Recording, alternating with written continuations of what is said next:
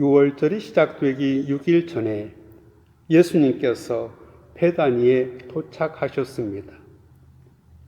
예수님은 유월절을 지키기 위해 지금 예루살렘으로 가시는 중입니다.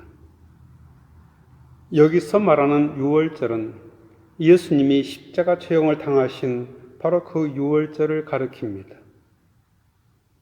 예수님의 일행은 예루살렘에서 오리 정도 떨어진 베다니에 도착했습니다.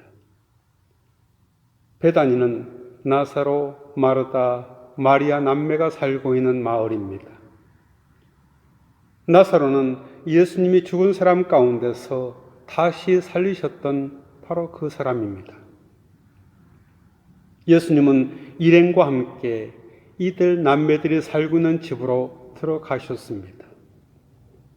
이들은 예수님께 저녁 식사를 대접했습니다. 그 당시는 바리새파 사람들을 중심으로 한 유대교의 핵심 세력이 예수님이 나사로를 살리신 사건으로 인해 많은 사람이 예수님을 믿게 되자 예수님을 처단해야겠다고 음모를 꾸미기 시작할 무렵이었습니다.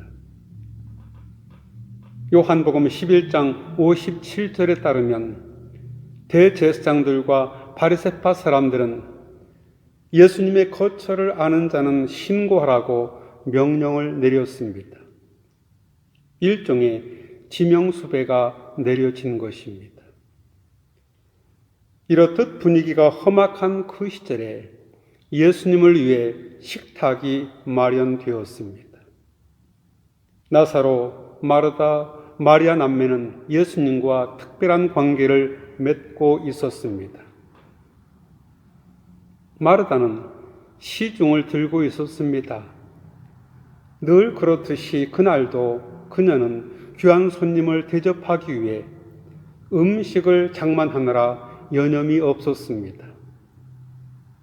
나사로는 식탁에서 예수님과 함께 음식을 먹고 있는 일행 곁에 앉아 담소를 나누고 있었습니다. 거기 모인 사람들은 이번 유월절에 예수님에게 무언가 심상치 않는 일이 벌어질지도 모른다는 위험을 어느 정도 예감하고 있었습니다. 왜냐하면 제사장과 바리새파 사람들의 예수님에 대한 적개심이 노골적으로 광범위하게 퍼져 있었기 때문입니다. 어둠이 깔리는 이 순간 베다니 나사로의 집 밖은 두려움과 음모가 팽배했습니다.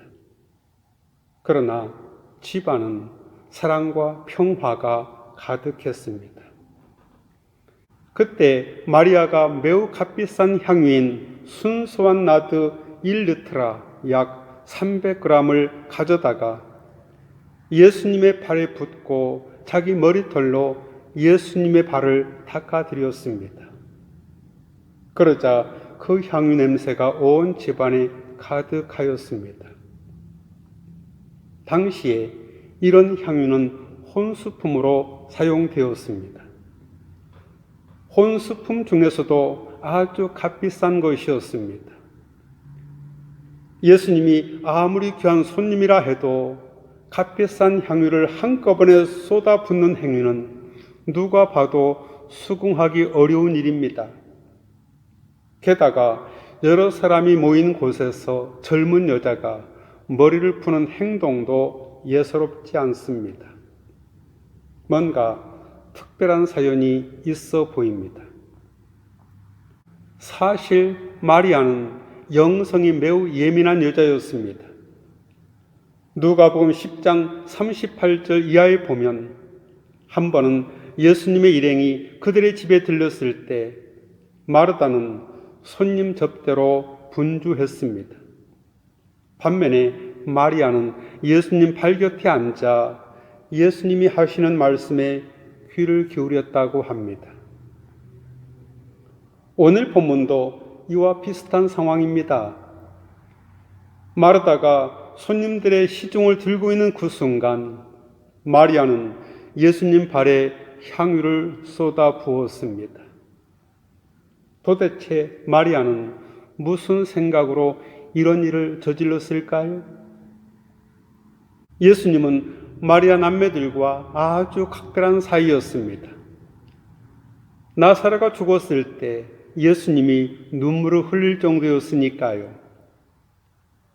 마리아의 오빠 나사로가 죽었다가 다시 살아난 일이 있습니다.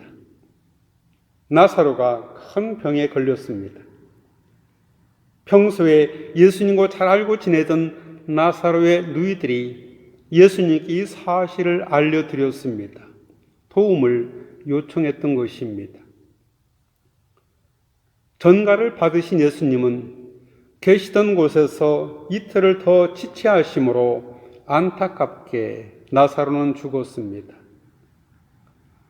예수님이 베다니에 도착하셨을 때는 나사로가 무덤에 들어간 지 이미 나흘이나 지났을 때였습니다.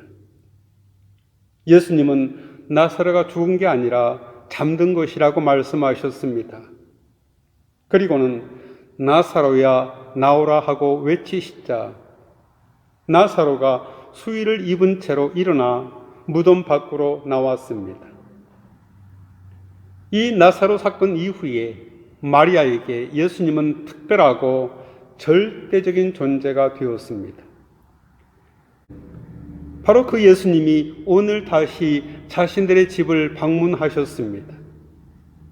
마리아는 예수님을 위해서 할 수 있는 최선의 헌신이 무엇일지 곰곰이 생각했습니다.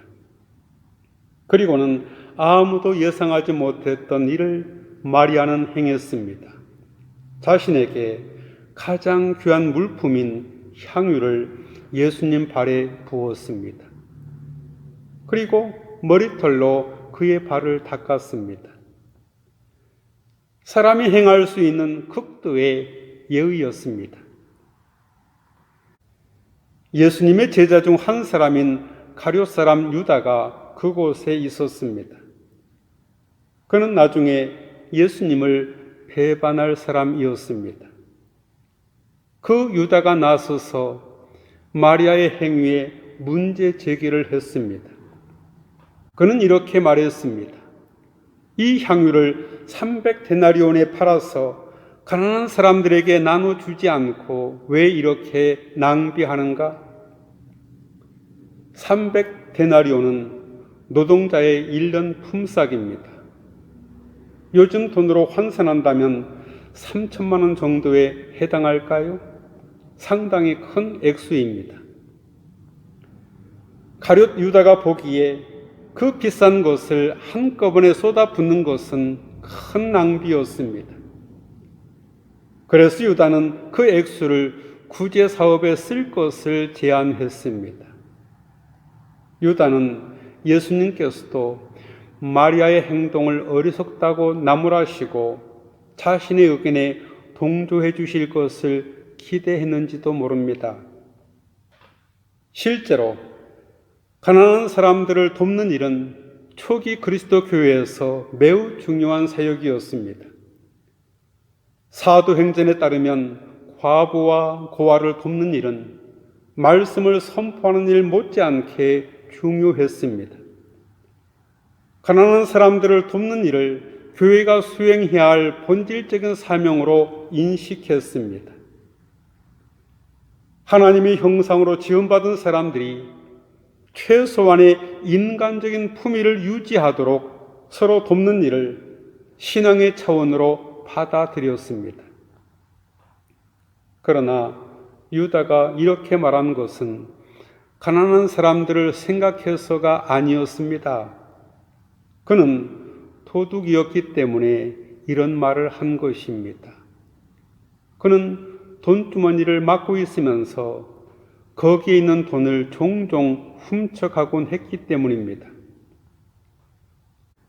예수님께서 말씀하셨습니다. 이 여자가 하는 대로 내버려 두어라. 이 여인은 내 장례를 치를 날을 위해 이 향유를 준비해 둔 것이다. 그녀가 한 행위는 예수님 당신의 장례를 준비하는 것이라는 말씀입니다. 가난한 사람들은 너희와 항상 함께 있겠지만 나는 너희와 항상 함께 있지는 않을 것이다. 무슨 말씀입니까? 표면적으로만 본다면 예수님이 일주일 후에 십자가 처형을 당한다는 뜻입니다. 그러기에 예수님의 장례를 준비하는 일은 한 번밖에 없지만 가난한 사람들을 돕는 일은 계속된다고 말입니다. 그렇다면 당연히 유일회적인 일을 우선적으로 생각해야 합니다. 요한 복음서는 인간의 구원 문제에 있어서 더 근원적인 차원을 말합니다. 그것은 곧 예수 사건입니다. 그래서 예수님의 삶과 죽음과 부활, 곧 그분의 운명에 집중합니다. 복음서에 따르면 예수님의 운명 앞에서 인간의 모든 행위는 존재론적으로 가치를 잃습니다. 조금 더 근본적으로 생각하면 이 문제는 신앙과 휴머니즘의 관계에 대한 것입니다. 휴머니즘이란 인간의 존엄성을 최고의 가치로 여기고 인류의 안녕과 복지를 꾀하는 것을 이상으로 삼는 사상이나 태도를 말합니다.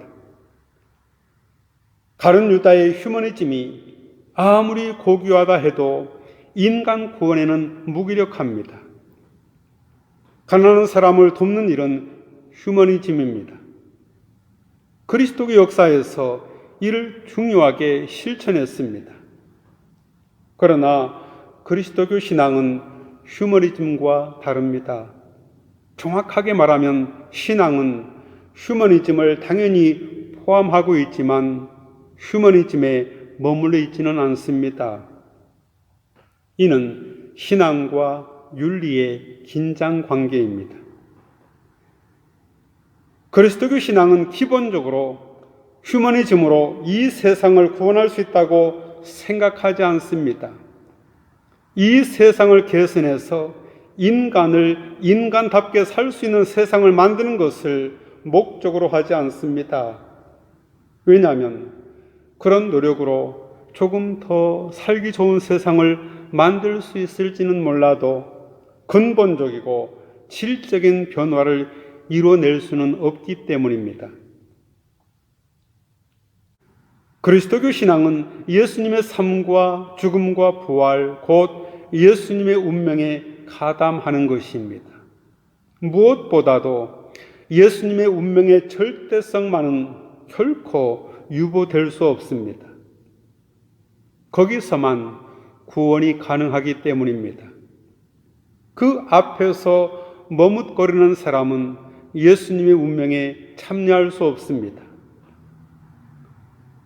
그리스도교 신앙은 하나님과의 관계에 모든 중심이 놓여 있습니다.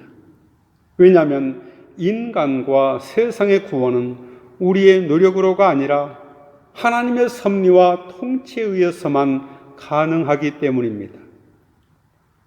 하나님과의 관계가 바르면 우리는 의롭다는 인정을 받고 하나님의 구원을 경험할 수 있습니다. 하나님은 우리의 예상을 뛰어넘는 방식으로 이 세상에 당신의 뜻을 이루고 계십니다. 물론 가난한 사람들을 돕는 일이 결코 무의미하다는 게 아닙니다. 그런 일들을 우리가 끊임없이 실행해야 합니다. 그러나 그런 일만으로 인간과 사회가 구원받으리라는 생각은 착각입니다. 이런 점에서 주변의 수상한 분위기에 상관없이 마리아가 나드 향유를 예수님 몸에 쏟아 부은 것은 자신의 전 존재를 주님께 맡겼다는 뜻입니다. 자신의 운명과 미래를 맡긴 것입니다. 그건 거룩한 용기입니다. 절대적인 것을 경험한 사람에게서만 나올 수 있는 참된 헌신이자 결단입니다. 그녀의 행위가 사람들의 눈에는 낭비처럼 보일지 모르지만 그녀의 행동은 궁극적인 사랑의 경험에서 일어난 것입니다. 얄팍한 휴머니즘의 가면을 쓰고 마리아의 향유 사건을 매도한 가룟 유다를 향해서 예수님이 이렇게 말씀하십니다. 그대로 두어라. 그는 나의 장사날에 쓰려고 간직한 것을 쓴 것이다. 마태복음 26장 12절은 이 여자가 내 몸에 이 향유를 부은 것은 내 장례를 유하여 함이니라. 마가복음 14장 8절은 그는 힘을 다하여 내 몸에 향유를 부어 내 장례를 미리 준비하였느니라. 놀라운 반전입니다. 마리아의 향유 사건이 예수님의 장례식 준비였던 것입니다. 그 장례식은 예수님의 12 제자도 준비하지 못한 것이었습니다. 이 말씀은 곧 초기 그리스도인들의 신앙 고백이기도 합니다. 그들은 예수 사건만이, 십자가와 부활 사건만이 참된 구원의 실체라는 사실을 믿었습니다. 우리도 우리 전체 존재를 예수님께 맡긴 채 살아가는 사람들입니다.